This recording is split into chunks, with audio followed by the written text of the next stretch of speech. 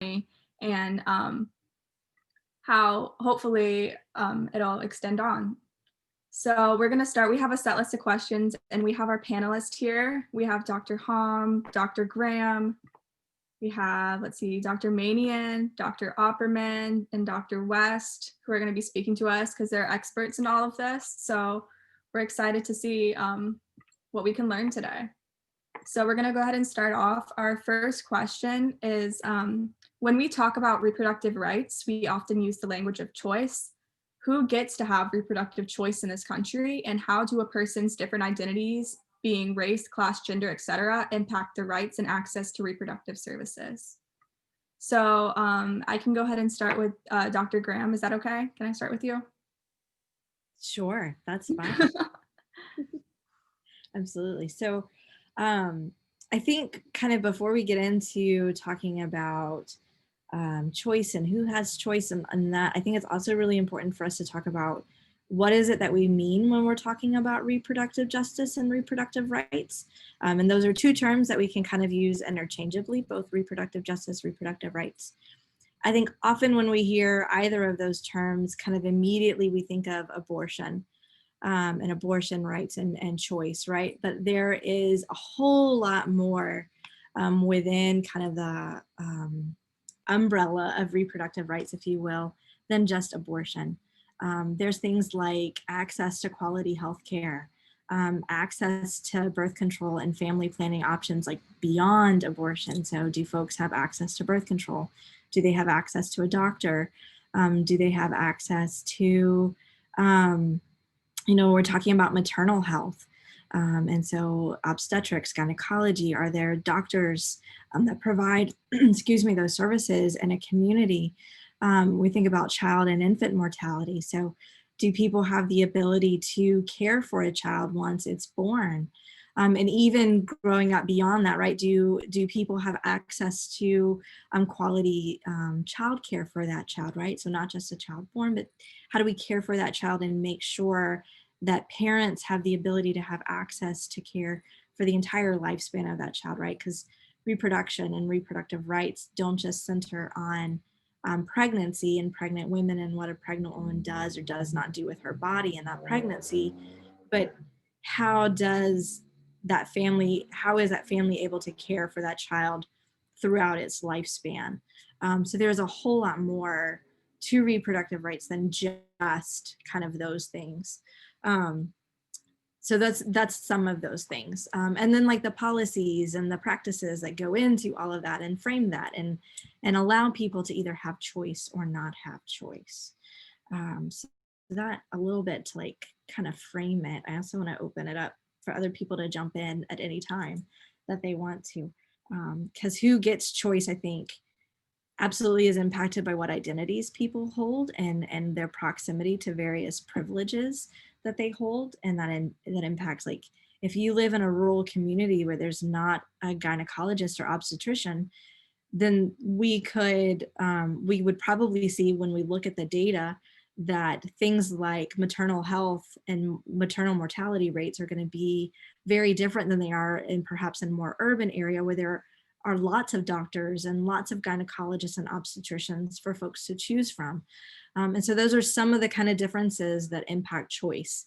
And do you have choice, and what are those choices, right? Because it's not just around, again, abortion, but even the kinds of doctors that you choose to see. And do you see an obstetrician gynecologist, or are you choosing to see a midwife?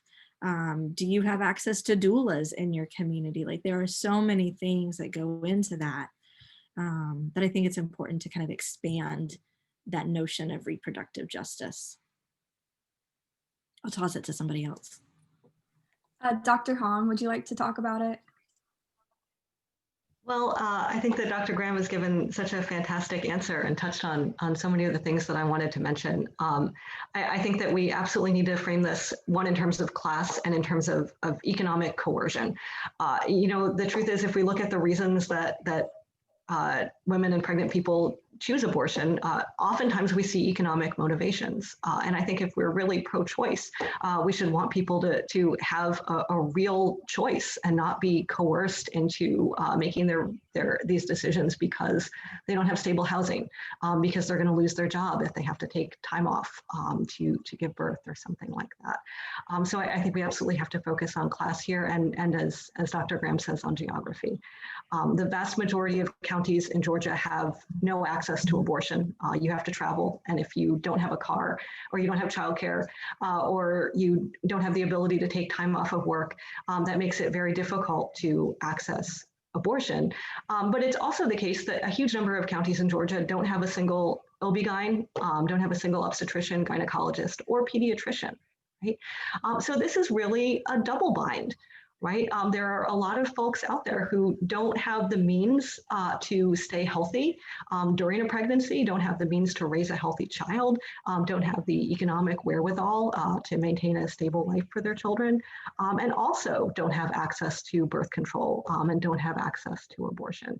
I mean, I think that when we look at this class-wise and geographically, and it doesn't really, well, of course it matters what the law says, but that doesn't trickle down into people's everyday lives.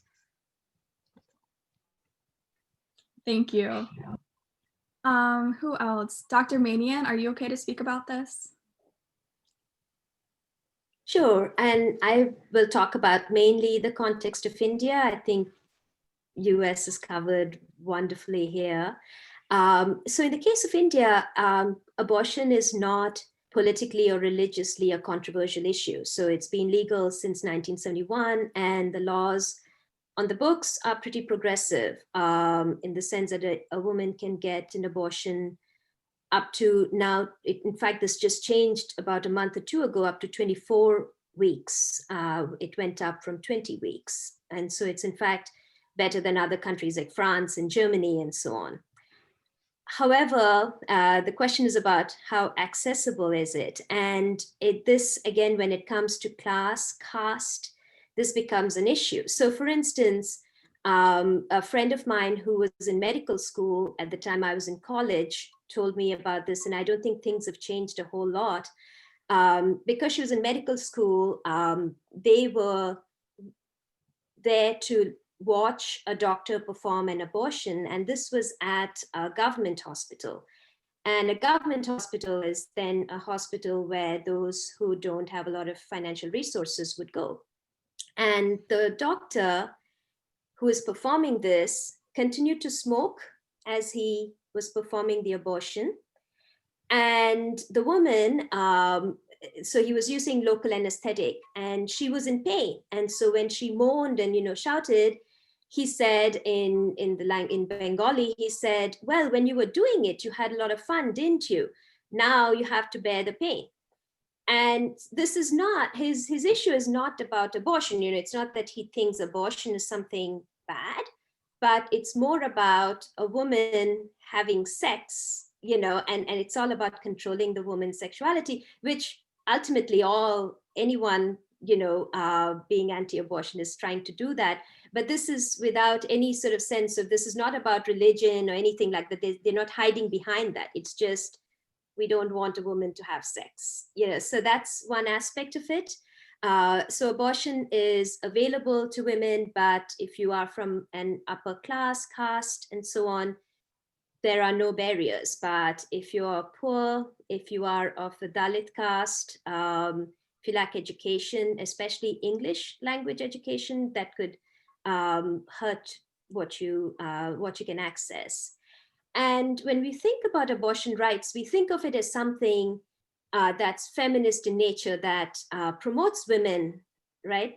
In the case of India, its liberal abortion laws also help patriarchy, in the sense that sex-selective abortions are pretty frequent in India, and the result of that is what we call a reversal of sex ratio. So in a very short version is that there are far fewer women in India than there should be per 100 men, and that's because of sex-selective abortions. And Jennifer made a really important point that reproductive justice also includes things like maternal health, maternal mortality rates. And you find that India, so if you look at just South Asia, which is India, Bangladesh, Sri Lanka, Pakistan, India is the richest country there, but its maternal mortality rates are abysmal. And so there are issues about that as well, access to healthcare, the things that Dr. Holm was talking about. And you find that far more critically in the case of India. When it comes to, let's see, another point I was trying to make was, Jennifer made the important issue about parental leave. And again, India is pretty generous with that. Women get up to, I think, 25 weeks of maternity leave. And, you know, but then a lot of women are in the informal sector. So the laws that protect things like maternity leave don't really apply to them. So in a nutshell, there are progressive laws in the books, but how it actually affects women is very much contingent on their class, caste, and other status. That's really interesting. I didn't know that. Can I hear from who else? I know Opperman or West, if you have anything you would like to say. If not, we can move on to the next one. Well, I will. I'll throw in a little bit about Latin America. I'm a Latin Americanist, and so just kind of keeping this in global perspective. But the situation there has a lot of similarities within the Americas to what's happening in the US, which is what other folks have been saying, that access to reproductive services privileges urban, middle to upper class white women. And that private practices, whether that's for healthcare or maternal care or even childcare, requires significant out-of-pocket payments that only a limited amount of the population can contribute to. And I'm also thinking about like Pam Chamberlain and Jean Hardesty in 2000 wrote a paper talking about the double standard among pro-life advocates. This was in the US, but I think it has a global significance to it, in that middle and upper class white women are thought of as the people that should bear children and stay at home to raise them, while single low income women, especially low income women of color, and immigrant women should try to limit their childbearing, and that they should be responsible for working outside of the home to support their children. And so right-wing advocates or activists really promote these negative stereotypes of low-income women of all races, making them seem like they're dependent on social services, they're irresponsible, they're prone to addictions, they're inadequate mothers, and they use this image to sort of flame public opinion against all sexual behavior that is outside the norm of right-wing ideology. And then the other thing that I also want to mention in this is the eugenics movement, which was true in the US, but then also has, again, global repercussions, which really, you know, essentially this movement advocated for higher birth rates among the white middle class, who they thought would be, you know, sort of more fit women for motherhood. And they really tried to decrease the birth rate for women, especially poor, who they saw as unfit, women of color and immigrant women. And so, you know, even in the example of the US, sterilization programs really came into, you know, a lot of lower class communities, whether that's indigenous groups, Black women, immigrant women, and a lot of times that was happening without their knowledge or consent. So, you know, sort of from the beginning of talking about a birth control movement, I think we also have to acknowledge from the beginning the government's desire to try to dictate who's having children and who's not. Thank you. Dr. West, I really want to hear your perspective on this, if you can answer it. Yeah, so some of the things Dr. Opperman is talking about, so my research is about the way that women advocate for better choices in childbirth and maternity care. And so the narratives, I think it's so important to emphasize how the narratives of fit motherhood are always constrained by race and class, and exactly the ways that she's talking about. And that has had some real consequences in the sort of rates of, so African-American women have higher C-section rates, but they're offered pain medication at lower rates during labor. So long-standing stereotypes about women of color having higher tolerances of pain have real implications for the ways that they're treated in medical contexts. And so that question about choice is always constrained by a social position and also by the ways that those narratives shape the kinds of care that are offered and the perspectives of medical caregivers. And then what we also know about the experiences of women of color is that African-American women have a much higher rate of maternal mortality and infant mortality, 3 to 4 times the rate of white women are they likely to die in the year after childbirth. And so if you look at the statistics, and what's really interesting about that and distressing is that crosses class boundaries. So it's regardless of education or socioeconomic status. So the impact of structural racism and of living in a racist society have physiological consequences. So when we talk about women's embodied experiences of pregnancy and childbirth and bearing children, expressing their fertility in ways that they choose, then I think it's important to sort of situate that in the larger context of how the sort of structural forces of oppression work to create boundaries for people in terms of the kinds of choices that they have. They're always making choices within those systems and structures.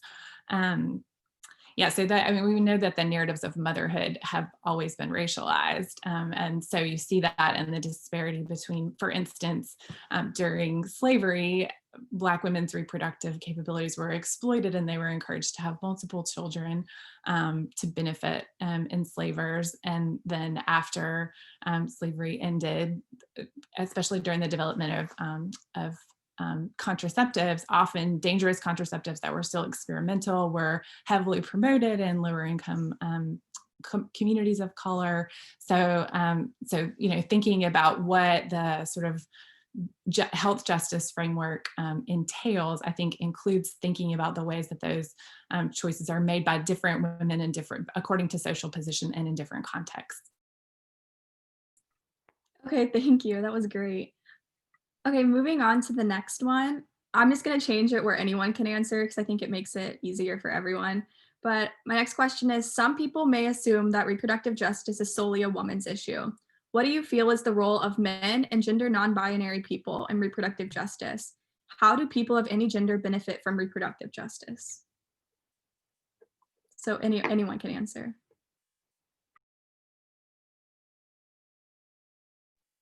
Well, I'll jump in there.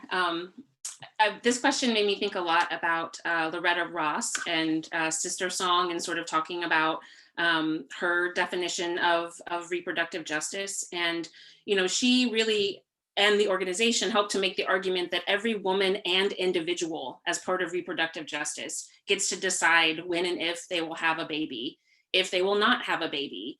They get to figure out how to, or I should say, they get the right to raise their child or children in a safe environment, in a healthy community, that they get to maintain bodily autonomy that's free from, reproductive oppression, any sort of control or exploitation. They get to express their sexuality and spirituality without violence or shame, and they get to sort of maintain and sustain a quality of life that is separate from whether or not they choose to have a child. And so, again, these are a lot of, great points that Dr. Graham started us off with, but I think, looked at in those terms, it's not at all, exclusive to a woman's right to choose, right? Like, all parts of these are related to environment, to structure, to conditions that, are gender inclusive. And I think that I think it's a shame if people feel like they shouldn't be part of the conversation. Everybody is affected by this. Another thing that I often think about when I'm thinking about people benefiting, right, from reproductive justice and access to reproductive health care is folks who identify as trans, and the ways in which their access to healthcare is often limited. If someone is choosing to go through to start on testosterone or to start on progesterone, right? Like, and have hormone replacement therapy, like, or any of the other choices that someone who identifies as trans may be choosing about their own health, right? That what is their access to a doctor, and is that doctor knowledgeable, and does that doctor have the most up-to-date research, and how is that going to impact that person's health into the future? Really thinking through and having a doctor who's knowledgeable and who cares and is open and inclusive to those conversations. So we were talking before about just in rural areas, access to healthcare being dramatically less than in urban areas, but for someone who's trans, that that access is even smaller, because often when we move into rural areas, many times, I won't say all the time, right, but many times those physicians are not typically as inclusive as a physician who may be more in an urban center is. And so I think about what that access looks like for trans individuals a lot. Yeah, I just wanted to add that in the state of India, where I've done my research, which is in the south, called Tamil Nadu, and it's true in other states as well, the general hospital there, which is government run, performs gender affirmation surgery for free. And also all the other care post-operation is also for free. So I think that's an important aspect of justice as well. And it's not the case everywhere in India, but certainly in some states.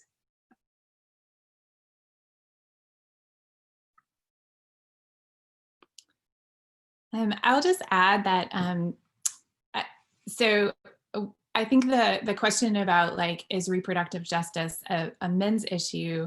If we don't include men in the conversation, then we're gendering the work of mothering and parenting as female, and that has real consequences for caregiving responsibilities, and for the division of labor in families, and for leave policies and all of those kinds of things. So I think we start with the sort of I love Loretta Ross's definition of reproductive justice that Dr. Opperman brought, and that idea that, like, the reproductive justice is the right to have children, to not have children, and to raise children in safe and healthy environments. And that's not just women's work. So I think thinking about a larger framework is one of the ways that we invite a more inclusive conversation, is that we think about ways that meaningful caregiving, like valuing caregiving and parenting, it can be inclusive and bring fathers also into that work and value that work, rather than seeing it as something that women also have to do in addition to the million other things we're responsible for. Okay, thank you. Moving on to the next one. Do you feel like you have the ability and the freedom to make choices about your body? And then if you could explain that.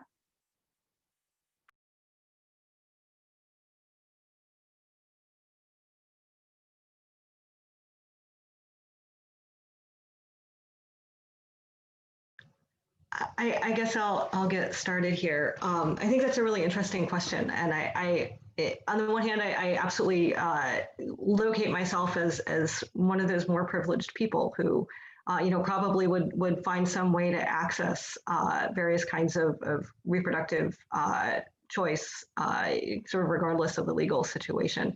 And on the other hand, I think there are real limits to that. I have a friend from college who is, very much like me, late 30s, middle-class woman, who was pregnant with a very much wanted child, and found out in the course of that pregnancy that it was not what she considered a viable pregnancy, that the child might be born alive but would suffer and die very quickly. And it was her choice, which she made in conversation with her husband and actually a religious leader in her religion, that she chose to terminate the pregnancy. At this point, she was far enough along in the pregnancy that she didn't have the option to do that in her home state. She had to travel to Colorado. As you may know, there's one place in the whole country to go if you need a late-term abortion. And she had to travel out of state and leave her other children. She, of course, was lucky to have childcare and the ability to do that. But when you realize that there's one place in the whole country to go when you find yourself in that really heartbreaking position, this is something that it really should weigh on all of us, sort of regardless of privilege level, and it drove home to me that it is a matter of luck. Of course, privilege plays a role here, but I think that almost any pregnant person in this country could face a really dramatic limitation on their liberty, as very simply, right, on the basis of just losing one doctor in Colorado.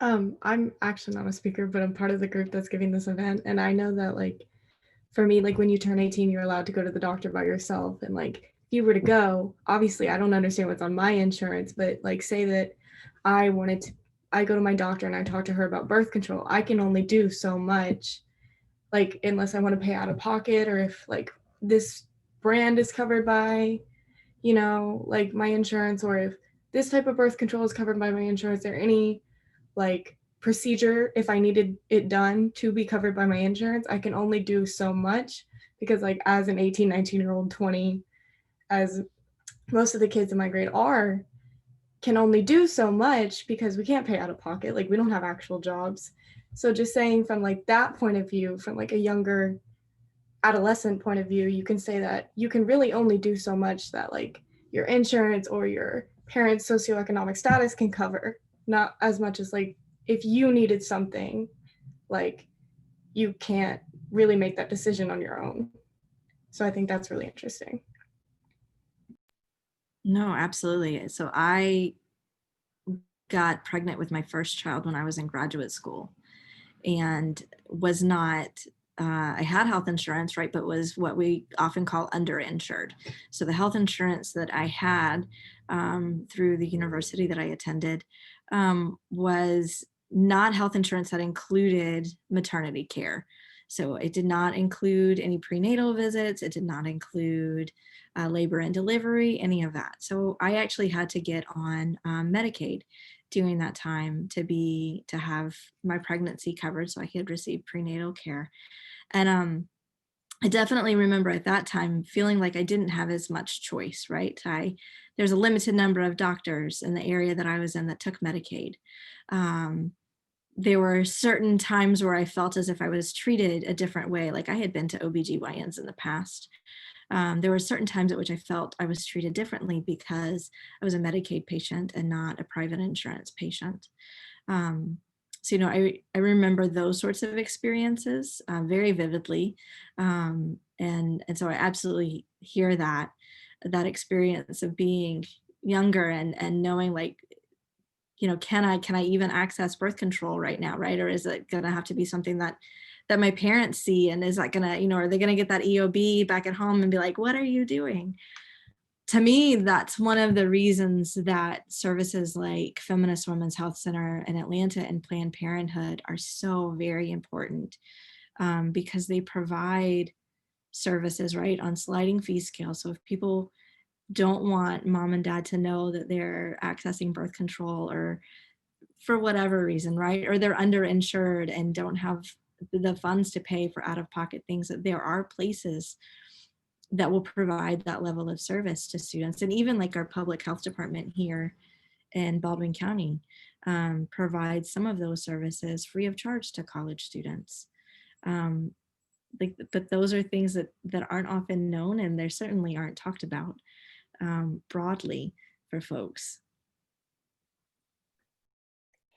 I would just add that as a minority, and by that I mean as somebody who's from India, one of the things I found that I can't really go to gynecologists in Milledgeville because they don't know enough about Indians. And for instance, things like diabetes and its connection to South Asians, and I've when I went to Emory to the gynecologist there, the student who was there, and a doc, who was a medical student who was taking my information, said, "Oh yeah, you're from India, so you have a greater propensity for high sugar. I mean, you as in Indians at much lower weights, and so we need to watch out for that."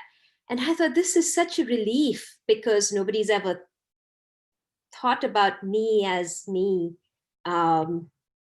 So that's certainly for me, as someone who is of a very small percentage of this country, that I face.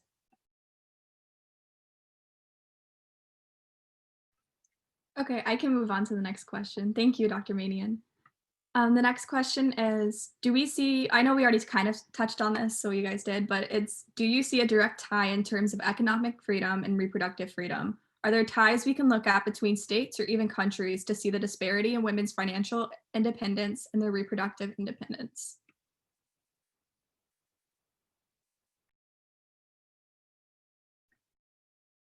When I saw this question, and especially since you asked about countries, I did want to say, up to a point, yes, if you have privilege, things are a lot better for you. However, it's only as long as the laws are there to protect you, and the laws that are now under threat in this country. So in 2012, there was an Indian doctor living in Ireland called Savita Halapanavar, and she was pregnant, and it was clear that she was going to have a miscarriage. And so she asked the doctor for an abortion, and they refused because it was against the law. She started to have a miscarriage. And so she was partially miscarrying, and she was bleeding, and she was in, it was clear that she was going to die. And they needed to abort at that time. But the laws said that as long as they could detect a heartbeat, they couldn't do anything. So she bled to death. And since then, as a result of her death, the laws changed in Ireland. But so yes, if economics and financial abilities matter, but there will come a point, if our trajectory is where we are, where even that wouldn't really matter. And I can speak to Mexico on this as well. So just the idea of women's independence in Mexico is relatively new. As more men have been migrating north in search of economic opportunities, the women who stay behind are feeling some sense of independence, when it comes to child rearing, employment, voting, and other ways of life. But even then, they often still remain financially dependent on what their migrant partners are able to send home, and their reproductive rights continue to be, fairly limited. Mexico is a huge Catholic country. Women gained the right to vote in 1953. And then Mexico kind of surprised people in 1974 by legalizing birth control. And then among Latin American countries, Mexico City is one of the first 3 large urban areas that legalized abortions. It was one of the first places in Latin America to do that, and it was in 2007. So it seemed like, okay, we have this sort of Catholic side, but we also have this kind of progressive side, but that is kind of a mirage. Since 2007 until 2020, only one other area of Mexico, so 2 states, Mexico City and Oaxaca, out of 32 have legalized abortion in cases other than rape. And then sort of more broadly, Latin America and the Caribbean continue to have some of the most restrictive abortion laws globally. Virtually 95% of abortions in these regions are unsafe. And unsafe abortions cause an estimated 12% of all maternal deaths. And one thing, that's kind of related to this is that, laws against domestic and sexual violence are also pretty minimal in many of these areas. Mexico, perhaps most famously. Women in these regions are regularly reminded that their lives have less value in the eyes of the law than their male counterparts. And this isn't exclusive to economic class. And so just one more stat I'll throw at you is that in a 2005 government survey, 1 in 4 Mexican men believed that women are raped because they provoke it. So it's just really, you know, sort of getting a legal understanding of what independence might mean to them, and then sort of trying to raise above that to seek out the rights that, you know, are even available to them in the more progressive cities, has been a significant hurdle in that country. And that's one of the leading examples. Uruguay and Paraguay also have, you know, a little bit more modern women's rights campaigns going on there, but the majority of countries in this region are not even, you know, sort of close to where we might want them to be.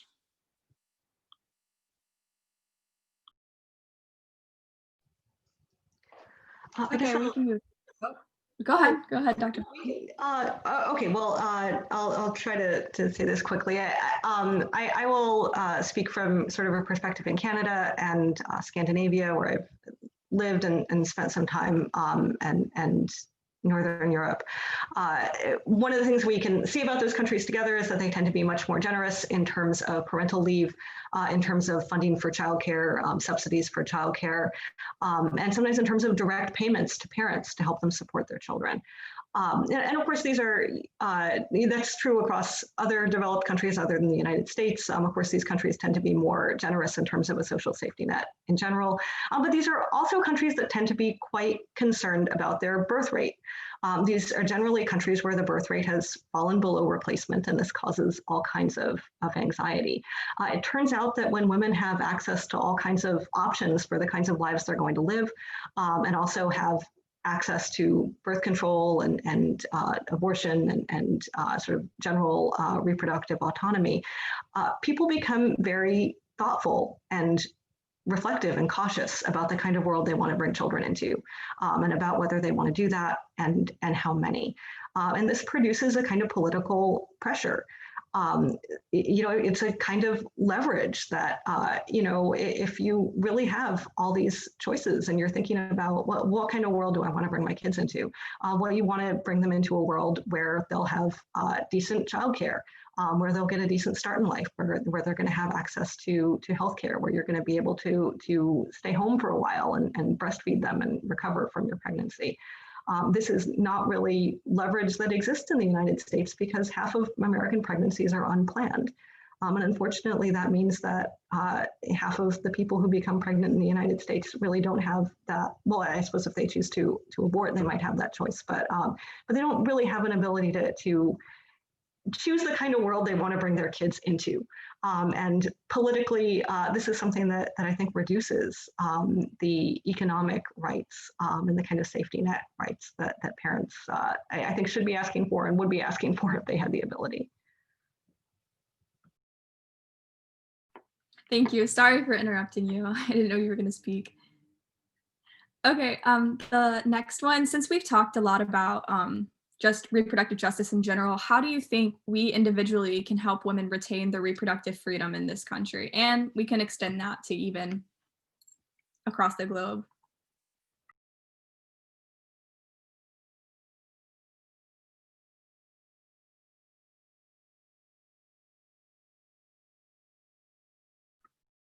Well, I guess I'll start by saying the obvious, which is vote, right? And also like thinking about voting with a kind of the larger framework that we've been talking about. So not just about the right to an abortion, but also voting for more humane healthcare and access to healthcare for everyone who needs it, and thinking about like all of these other issues that are tied to the questions that we've been talking about what Dr. Holm was saying about what kind of world we bring children into, thinking about the ways that impacts people differently. So voting with those kinds of questions in mind, I think, is one. The other one that I'll say is to to not sort of participate in the silencing of like women's bodily processes, and to educate yourself about fertility and reproduction. And we live in a culture that shames women and does not like to talk about women's bodies and women's embodied processes. And so whether that's like, you know, supporting women who are breastfeeding their toddler in public, or whether it's women who are making decisions about contraception or other kinds of issues, making space for those conversations and educating yourself about those things, and talking with other people about them and making those conversations more normalized, I think is a big way that we could not have all this sort of silence and shame around these issues. I think for me, something else that comes to mind, and kind of continuing that thought with education, is education, right? So if you find that this is an area that maybe you haven't learned as much about, or you've grown up hearing one particular style of rhetoric, right?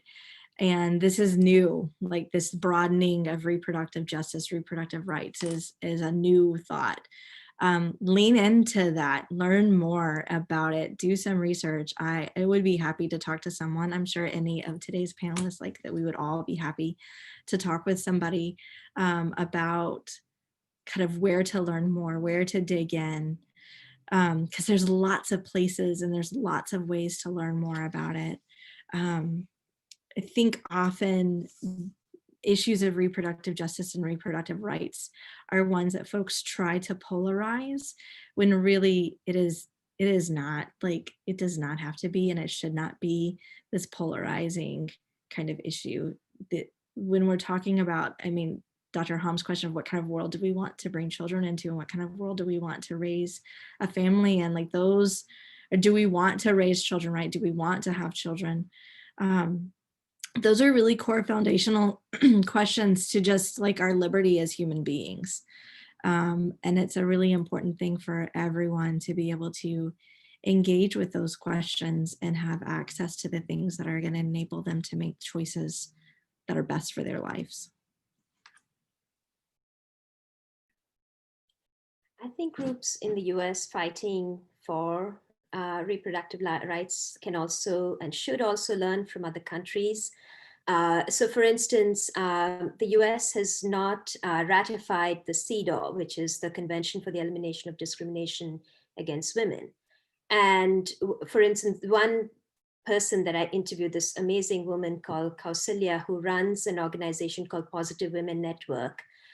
This was somebody who was almost illiterate when she found out she was HIV positive, and has since become this sort of important voice in India. And when I was interviewing her, I was just amazed at how they work.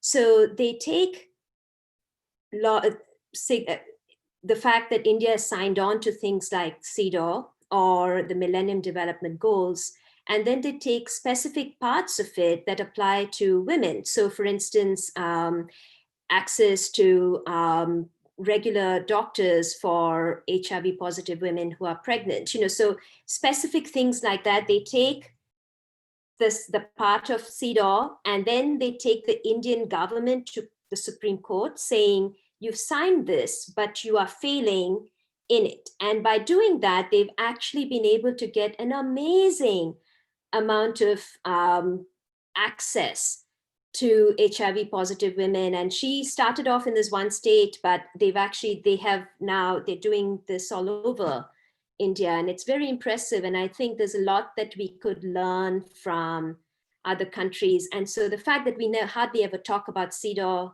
in the US, even when there is a Democratic majority in the Senate that would ratify it, we don't push for that. But these are things that could empower us in that.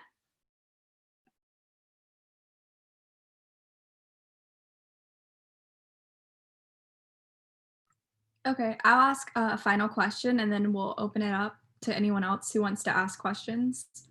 My last question, which will be a little bit dividing, but just answer it as broadly as possible. In regards to the election, do you think reproductive justice and rights will be facing any setbacks for the next 4 years? I know we don't have any results, but just as broadly as possible, if you'd like to answer that.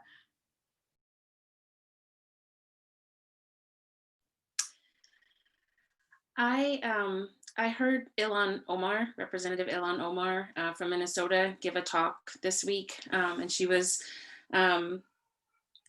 thinking about this question, and the way that she answered it just really stuck with me, which, she argues that, this country was founded on liberty and on the separation of church and state.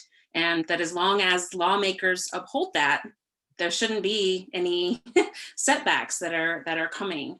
However, as we've seen in the last 4 years, some lawmakers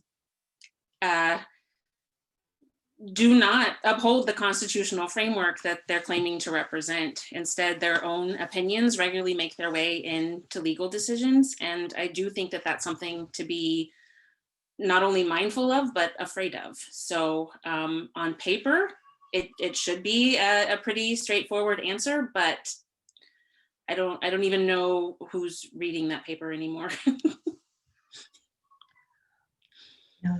I guess, my take on this is that regardless of the election result, it's going to be a really rough couple of years for reproductive justice, because regardless of who wins the presidency, we're going to be, first of all, looking at a divided government where at least one House of Congress is opposed to the others.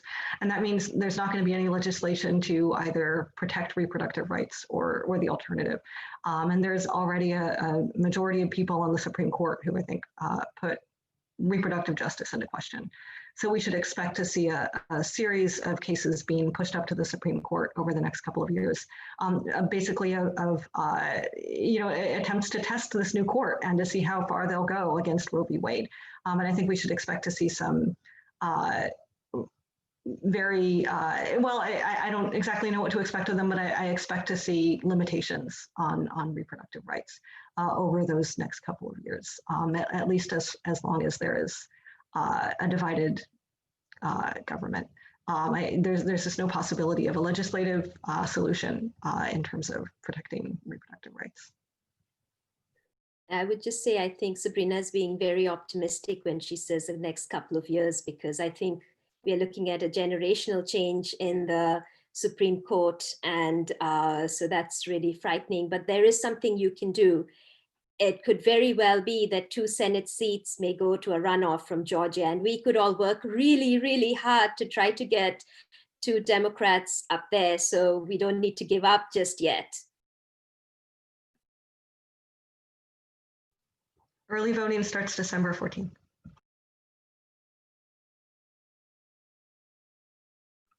Okay, if any of the panelists want to say anything else before we open it up to the participants to ask you guys any questions, do you have any last words?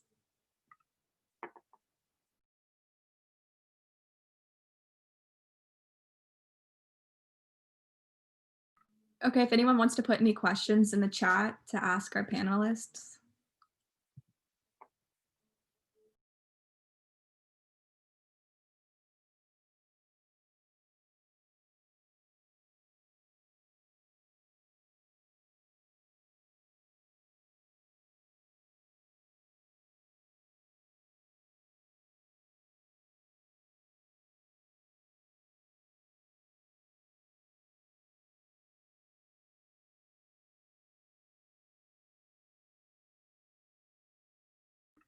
Okay, well, Melissa said, how do you all see adoption playing into the reproductive justice movement?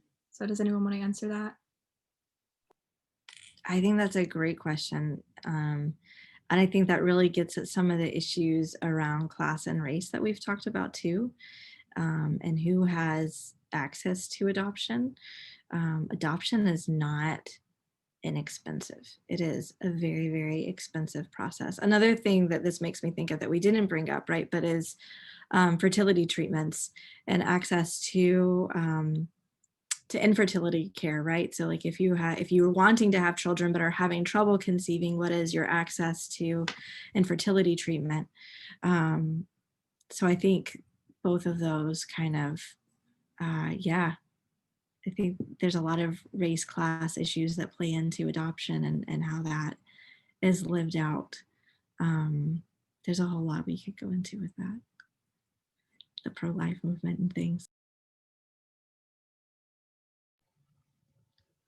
Yes, like to add to that. I think that we need to really focus on the choices and experiences of pregnant persons who are planning to give up a child for adoption. And you know, traditionally the discussion about them has been, I think, really objectifying.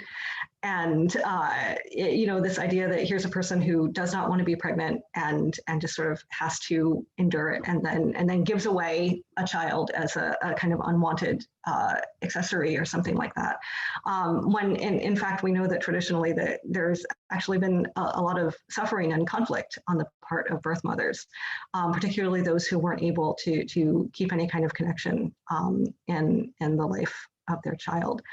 That's something that's changing, which I think is really wonderful. I think that the conditions for birth mothers in this country have improved in a lot of ways, particularly because of open adoption. But you know, the thing that I've seen, and I have friends who built their families through adoption, and it's been really beautiful. And one of the beautiful things that happened for one of my friends, he was chosen by a birth mother, and she wanted to have a child. You know, this is really important to emphasize that birth mothers should be women who want to have that child. It is a wanted child. They want to be pregnant, and they want to choose someone wonderful to give that child a life that they're not going to be able to give. And you know, I think that's a much more respectful way of looking at a birth mother. And this really should be the conditions we want for anyone who chooses to be a birth mother. That level of choice and respect. And to just kind of take some of those things and expand them even further. You know, we were talking earlier about trans folks and their access to reproductive rights and reproductive justice. And if we think about that in terms of adoption and LGBTQ individuals and their ability to create and grow a family, and that often happens through either surrogacy or adoption, we already are seeing, you know, there is a case, it started with the Supreme Court yesterday, around foster care, which isn't the same thing as adoption, but foster care is often one way that can lead to adoption. You know, but of Catholic Charities in Philadelphia, I believe, who is not placing children in LGBT couple care anymore. And the state of Pennsylvania said, no, sorry, we're not going to continue our contract with you for new placements of children in foster care. They're continuing to work with them in group homes and some other things. But, you know, that I think is another way that, you know, this things before the Supreme Court have really real implications on people's lives. And LGBT couples should have just as much of an ability to adopt and to create a family that they want to as anyone else, with, you know, two loving, caring individuals. And there are children out there who so desperately need loving, caring homes with people who want them. And so thinking about that also in terms of kind of reproductive justice and adoption, I think that's another kind of way of looking at it. Thank you, Melissa, for that question. And I'll just say really quickly that it took me a second to find it, and I'm going to put it in the chat, but there was a podcast, Death, Sex, and Money. I don't know if you guys listened to it or not, but there was an episode not too long ago interviewing two best friends about, you know, sort of one has a lot of, they're both, you know, sort of wanting to have families at the same time, and one has a lot of access to resources and one doesn't. And so sort of looking at the huge differences between their two experiences and how they're able to sort of maintain a close friendship when it's just like such a different experience. So I highly recommend it. I put it in the chat. Okay, moving on. Dr. Sevchuk said, is there any other advice you can give to people who want to work to support reproductive justice on an individual level after they vote, of course? I mean, you can always get involved with, you know, like Planned Parenthood or the Feminist Women's Health Center here in Georgia, as places that are offering a wide range of reproductive health care, right? Abortion as a piece of what they offer, but they also offer birth control options and hormone therapy and gender affirmation, like there's so many things, like pap smears, mammograms, right? Like so many things that go into reproductive health. So getting involved with one of those groups, Feminist Women's Health Center, I know, has had several Georgia College students as interns in the past. And they're a really wonderful organization that we have partnered with from time to time. They have advocacy days, they have internship programs. There's a lot of ways to get involved and active. Dr. Opperman mentioned Sister Song earlier, which is a wonderful organization. So there's a lot of kind of nonprofits that folks can get involved with. They need volunteers, they need interns. So there's lots of things that people can do.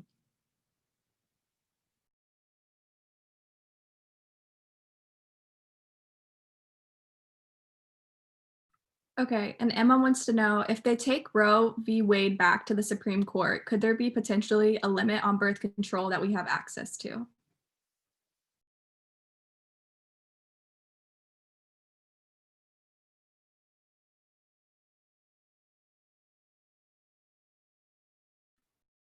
The Supreme Court already ruled that employers, for religious reasons, don't have to pay for, health insurance for birth control, right? So that was even before the Supreme Court took the shift it did.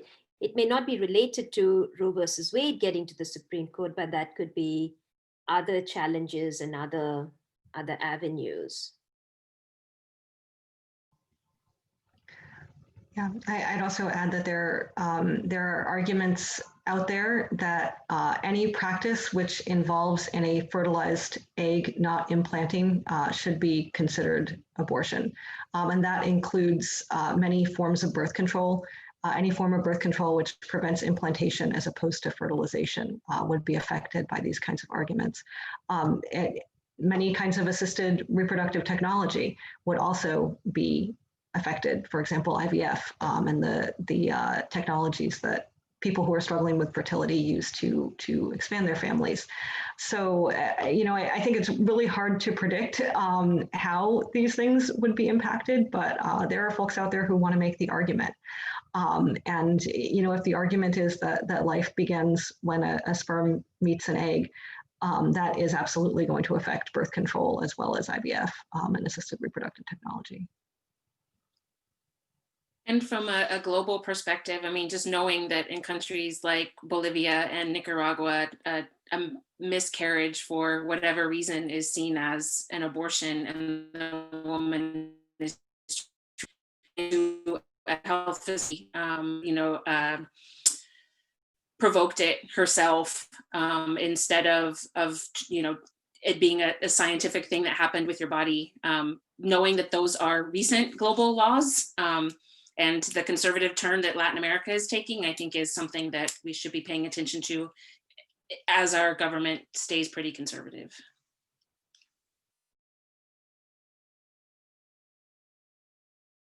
Also, if you guys look at the chat, it looks like Nisha posted the One Abortion Fund in Georgia.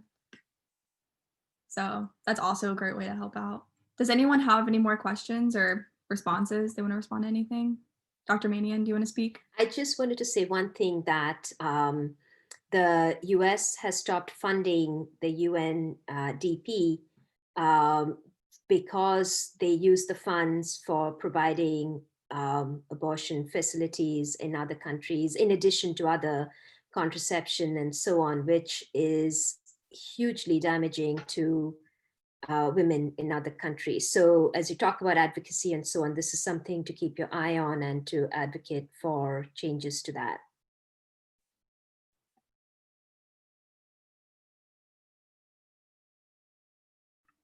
Okay, well, if we don't have any questions, I guess we can end it there. Thank you guys for coming and participating, and thanks for everyone who showed up.